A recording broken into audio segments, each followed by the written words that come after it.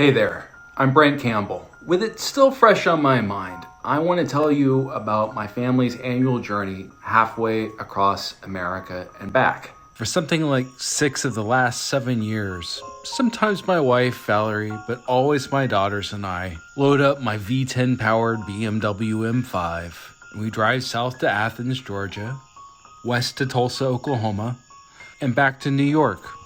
Along the way, we try to see as much of family, friends, in America as we can. This year we went farther than ever, covering over 4,500 miles, visiting 18 states and 10 cities, including New Orleans, Austin, and Kansas City. We spent a grand total of 26 days, about 3.5 weeks on the road or at mom's or in Tulsa. It was a huge effort, and while we'll look back on it affectionately, our 13-year-old wanted to text friends and see her guinea pigs, and our 10-year-old, sweet as she is, would rather play Candy Crush on her tablet than go explore a place that she's never before been, which is something my brain just can't process. We hit the road Saturday, July 24th, for our longest day on the road, 13 hours plus stops, so we could get down to Valerie's college friend Will and his family, who live in Charlotte, North Carolina.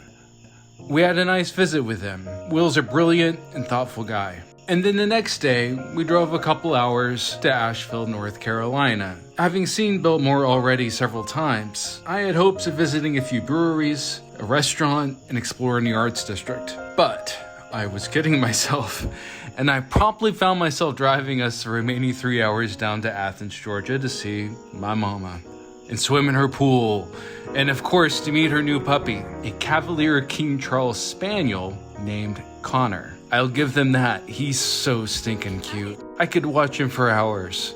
My brother David moved to Athens many moons ago to go to grad school at UGA, met his future wife Jen. Well, David and his family recently purchased a bigger place for their bigger family on the other side of Athens and an easy drive for moms. David and Jen's daughter Katie had her 13th birthday on the 28th. She wanted Mazzio's Pizza, requiring a 20-mile drive to the only Mazzio's in the state, maybe even outside Oklahoma, which seemed to David like the perfect time to take out one of his new toys, a Polaris Slingshot. It's basically a 3-wheeled motorcycle. He let me drive it back, and it was wild. You see the road in a whole different light behind the wheel of that thing. Thursday was date night at the Grit, followed by Creature Comforts, an excellent brewery in the heart of downtown Athens.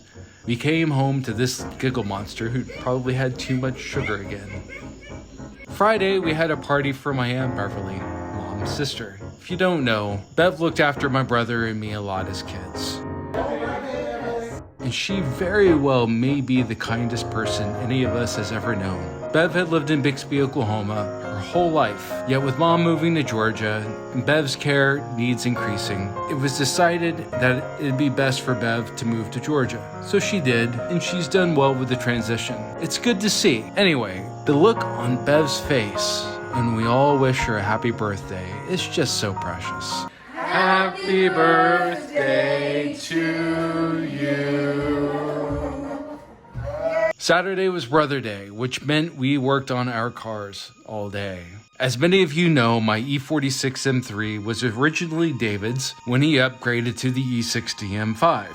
3 years later, I also bought the M5, and he got the first Secure Orange M4. And then he traded the M4 in for the last M2 available in the US with a manual transmission. When the M2 competition came out in 2019, he got himself one. I went with him to pick it up after flogging one just like it on the track at the BMW Performance Driving School in Greer, South Carolina. Then BMW rolled out a limited production M2 CS, and the CS stands for Club Sport, which basically means track weapon. Many in the enthusiast community, myself included, expect the M2 CS to be the last great gas-powered BMW. A few months ago, the dealer in Atlanta called to inform him that the last M2 CS of 2000 ever was his for the taking. Naturally, he said, "I'll take it." It's a sweet ride, loves to accelerate, even when it's not supposed to. As one would expect, it feels rock solid on the road. It would be obscene fun on the track. I hope he gets to enjoy it, and maybe holds on to this one a while. So I've got my M1 button set for Sport Plus across. Yeah. And my M2 button for just Sport.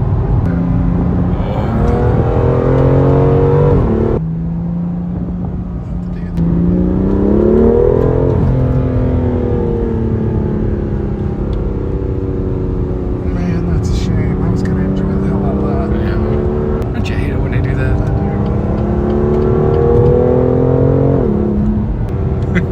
But you know, this is the passive. See, nobody knows it's the passive mode. It makes me crazy. Yeah.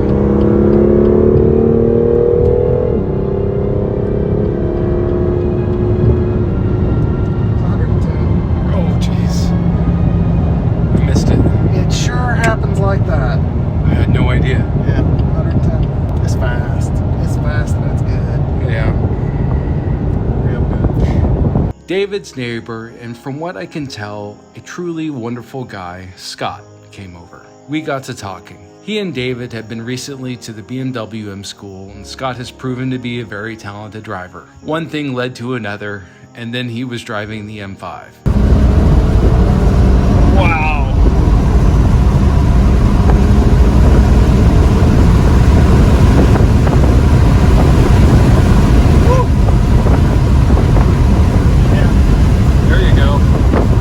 I think our next stop is the gas station. He graciously helped me fix some of the carbon fiber trim in the cabin and helped me replace the worn shifter with a new one too. All this while David labored to fix the paint on the M5's hood while scowling at me for letting it get that bad. Later that night, our families had barbecue dinner, toured their combined 9-acre property, and then Scott fired up the go-kart to thrill the girls and me back with the M5.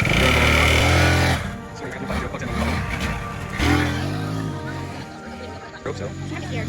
Oh, she's smiling. Thank you.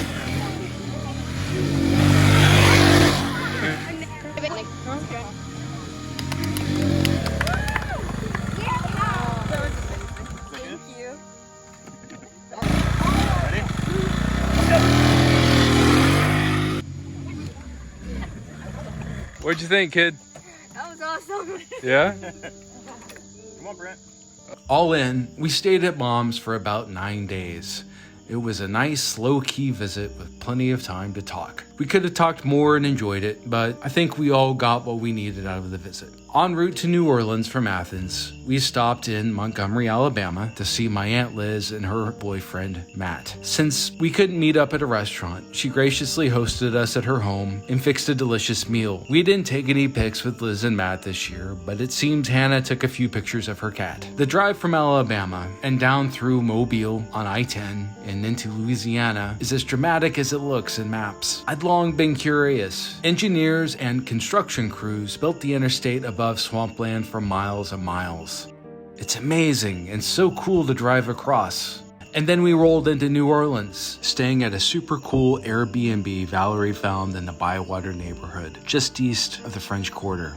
We got barbecue at the joint, and I discovered the Parlo Beer Lab across the street. I'm here to tell you, there's not an inch of that city that isn't interesting in some way. Creativity is fostered and celebrated there in a way I just haven't seen anywhere else. I couldn't sleep that night, so before sunrise I went for a long walk to see the sights as light began to fill the city. It's always best to tour a city on foot, I think, and I'm so glad I did, as the kids wouldn't have made it. Gracie and I had breakfast at the Honduran-inspired Alma. Then we toured the city by car, stopping to look at NOLA's famous cemeteries and to walk through the Garden District.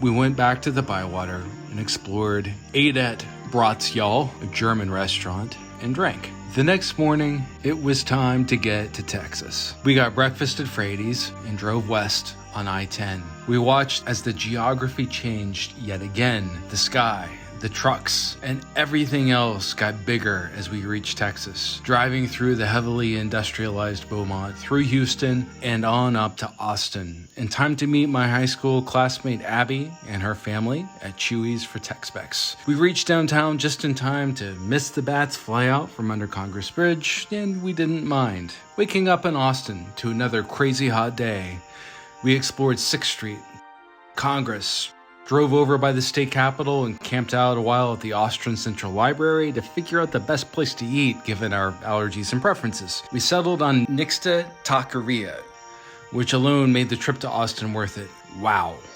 Before leaving town, in a torrential downpour, we had to make one last stop. I'm a huge Dazed and Confused fan. You remember the drive-in used in several scenes, like when Matthew McConaughey's character Wooderson pulls up in his Chevelle SS and picks up the nerdy redhead? It's Top Notch Burgers, an Austin mainstay. Should I say it? Yes. All right. Nobody was hungry, so I ordered onion rings and fried okra, which got eaten promptly. Next stop was Frisco, Texas, a booming North Dallas suburb where my best friend from high school and beyond, Jim Webster, lives. Though brief, we got the time we needed. It was time to head home to Tulsa. My mom's hometown is Bixby, about a half hour south of Tulsa. It was on the way, so we stopped to see my grandparents. They're both long dead now, but they're with me every day, and I tell them that every chance I get. Rolling into Tulsa on Riverside Drive, we drove to our lovely Airbnb for the week, 2 blocks from my childhood home, in the heart of the historic Maple Ridge neighborhood, a 5-minute walk to the gathering place. Tulsa's brilliant new $500 million free-to-all park, largely underwritten by the George Kaiser Foundation. I made a video about it when it opened and posted it on Facebook if you want to see it. In this case, we just got pictures and videos of fish and turtles. All those hungry mouths. Oh my gosh. They are greedy. They want that food. They want it. Our friend, Natalie McLaughlin O'Reilly, came over and we had a good long talk. Nat was my brother's high school girlfriend and indirectly introduced me to all the best people I grew up with in high school. And then she and Valerie met and they were both rightly smitten. As it happens, she settled down and married a wonderful guy and quite capable musician, Stefan, and they've raised 2 amazing humans. It was great to spend some time with her. The Tulsa brewery scene is something. I made it to a few. Since the girls aren't beer drinkers, it makes visiting breweries a race against time for me. I got to go to a couple with grade school buddy Pat Lee though, which was fun. Class act, Linda Broach, braved the heat and met us for lunch at Cafe Olay. It was so good to catch up with her. They don't get better than Linda. And then we spent an afternoon with Virginia and Lizzie Colmia. The Colmias were dear friends of my parents going back, 45 years? And she's been loving on each of us ever since. I'm missing documenting my visits with many other wonderful people we saw because I'm bad about taking pictures and I'm talking with their people. For instance, we spent an evening with the Usatellos. John is my fraternity brother from Indiana, and then his wife Kelly is such a good person. Their sunny daughter Addison has leukemia. Our hearts go out to them through this challenging time. Now, I don't feel right about visiting Tulsa without a visit to Philbrook. My parents were both deeply involved with the place for decades, and I always felt so at home there. It still feels like that to me. The girls always seem to enjoy it too. Oh, right. Robert De Niro and some of the cast from Killers of the Flower Moon were in Tulsa shooting scenes for the movie Downtown, and a couple days before we went, when he and some of the cast visited Philbrook, the curators pulled out this painting they had in storage, painted by Robert De Niro Sr., and they showed it to De Niro when he visited. Anyway, here's the painting. Dad was very proud of his work at the museum, particularly his role in restoring the villa to its 1920s grandeur. Among his last projects was refurbishing the fabrics in the library. In tribute to him, the fabric company left his mark. Dad liked to show it off in our last visits together, then wheelchair-bound due to ALS. And so naturally, I went to go see it again. I teared up a little. Midweek, Corey and Meredith Briley hosted us, and some other close friends from long ago, for dinner. The surprise? Getting to see best buddy from elementary school, Justin Cruz, and his mom, Becky. It was so cool seeing them. Becky left early and the rest of us stayed, told stories, laughed, cried, and everything in between that night. Completely worn down from all this social time, this introvert needed to recover, which wasn't going to happen. We met up with my buddy Steve Monroe anyway. Walked the 108 Contemporary in the downtown Tulsa Arts District, saw a planter actually catch fire, it was so hot, and then wandered into the tavern to chat. Steve's presence has always calmed me. And we walked out of there, I felt right as rain and ready to go see my dear friend Jane Warren for a wonderful chat. I finally saw a live cicada right before Gracie almost walked on it and screamed. We went to Jack's new house, explored, talked, and played in the pool. Then we went to catch up with dear Babs Richardson. Later, to see Kevin O'Sullivan at Dad's townhouse, which wasn't as hard as I thought it might be. Then we saw Dad's dear caregiver David and his husband Eric for dinner at Mother Road Market. Justin Cruz joined us, so did Steve Monroe, and then birthday brother Wes Freeland for one last night of talks and laughs before hitting the road again the next morning. Now on to Kansas City, specifically suburb Lee's Summit, to see Mom's cousins. We stayed with Bruce and Susan and then got to see Dave. Given that it was Dad's birthday, we did a proper architectural tour of the city. If you've never been, you'd never know. KC is a seriously cool city. We went over to the Crossroads, which feels like Austin. Walking around, we were all starving. Amazingly, everyone kept their cool until we saw this oasis, Brewery Imperial. They had outdoor seating, lots of cold water, delicious food, and beer. Sweet relief. Heading back to Lee's Summit, Bruce took us out and let me drive their C7 Corvette Stingray with a 7-speed manual gearbox. So what'd you think, kid? It was fun. Yeah? Mm-hmm. Okay, anything else besides fun? It's really nice. Okay. And it's cool being in the front seat. Yeah, I guess you're not usually in the front seat, are you? Toward the higher end of the rev band, that glorious American V8 sounds like thunder.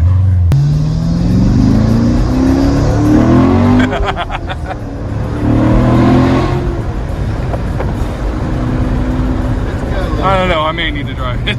I think you should.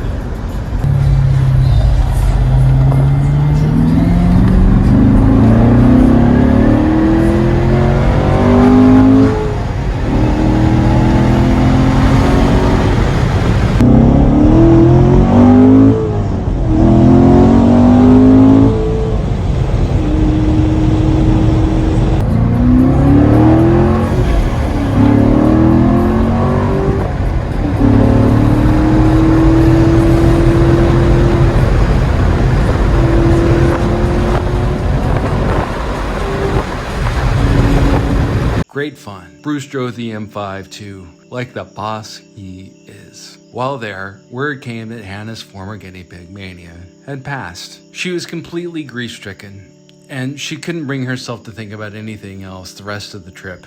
It was good to see Dave though. I hadn't been to Kansas City to visit in something like 8 years. What the hell have I been thinking? Anyway, we made up for lost time. Monday, we spent the day on the road, driving through Missouri, the southern tip of Illinois, and into Indiana. We stopped for yet more outstanding barbecue just outside of St. Louis, and then rolled into Indianapolis in time to have dinner with fraternity brother Steve Auslander and his kids. Tuesday, we drove the rest of Indiana, Ohio, a bit of West Virginia, and then on to Pennsylvania.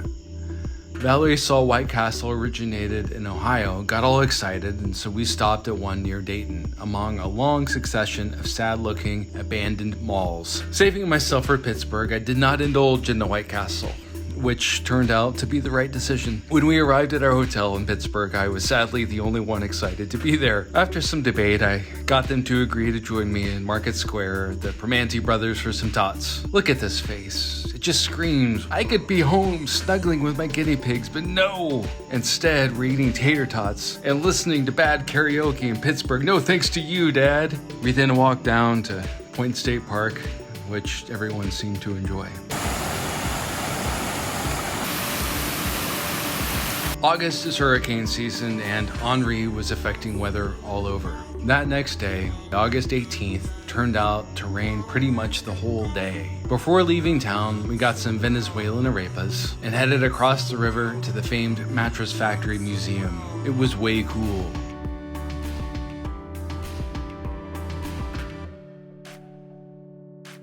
Then we headed east for what I assumed was our last stop, Hershey. We love Hershey because they have great food and beer at Trogs and chocolate at Hershey. Everybody wins in Hershey, so it's a good last stop before returning to the grind. It continued to rain cats and dogs. 100 miles out, just shy of the Pennsylvania-New Jersey border, the M5's dashboard alerted us that it had very low tire pressure on the rear passenger side tire. The car was driving fine, and there was nowhere to pull over, so Valerie found a gas station 5 miles down the road.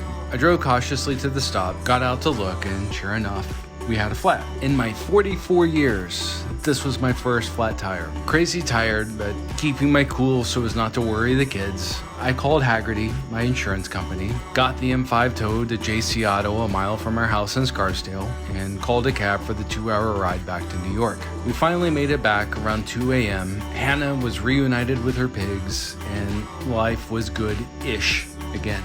The car was fixed the next day. My mechanics patched the tire from the inside, and it looks good as new now. Then I cleaned it inside and out. I spoke with my mechanic the next day to make sure I was clear on what had happened. He assured me that there was no way to fix it on the spot. With a 285 width tire, carrying a spare just isn't practical. Donuts don't come in that size either. Since this is the first time I've ever had a flat, I figure I shouldn't worry about this too much in the future. I wish we hadn't had to drive through that all-day rainstorm through Pennsylvania. No doubt, all that rain and the construction zones we drove through washed a nail or two onto the road, which is more than likely what got us. This trip was no doubt made harder by the fact that we were traveling with an unvaccinated kid through states with low vaccination rates and alarmingly high COVID infections. We were cautious, wearing masks everywhere indoors, eating outdoors or inside homes with vaccinated only adults, and it worked out. We all tested negative last week. But I won't deny that we got lucky. The flat tire was the least of the inconveniences we could have endured. Also, it was hot. Traveling in August is never a good idea, except the kids are in school or camp the rest of the year. Eating outdoors, that outstanding meal in Austin stands out in my mind, and 90-degree heat is not pleasant, no matter how much cold water you drink. New Orleans is a wonderful city to all, but under 21, your options are a bit limited, especially if you're a music fan like Hannah. As I'm recording this in the final editing of this video a week or so after we returned, Hurricane Ida has devastated parts of Louisiana while leaving its citizens without power and air conditioning in 100-degree heat until electricity is restored, whenever that is. Our hearts go out to the people of New Orleans. All of that said, it was a trip I'm glad we took, and I sure am glad we documented it as well as we did. This video you see here contains photos and videos Valerie and the girls captured while I was busy doing other things. I'm so glad they did, and that they let me include some of it here. Will we do more of these trips? I don't know yet. The girls don't seem curious to travel, much as I know it enriches their worldview. They love going to Georgia and Tulsa, and Gracie added that she loved going to Kansas City too. They understand why family is important. But the rest? Nope. It's so important to me. Maybe I'll have to go alone or with Valerie when the kids are old enough to look after themselves. I look forward to this trip every year. The human experience is a journey, and to have the proper human experience, I believe, one must travel in order to understand the world that we're living in. Not to mention the value of home. To me, such a trip is necessary to keep my mind right.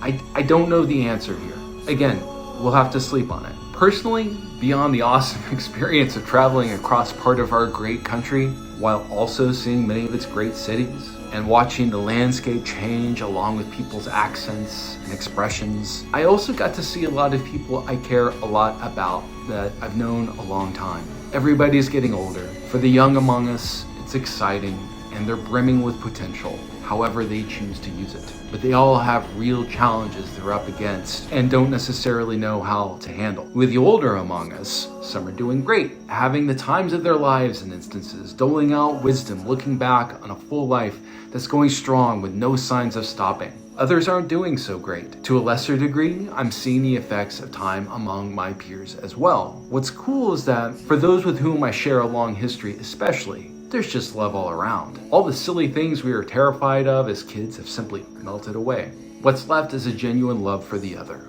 understanding all too well that with a little compassion, we will get through it together and live to laugh about it too. Thanks for watching. It was a hell of a trip.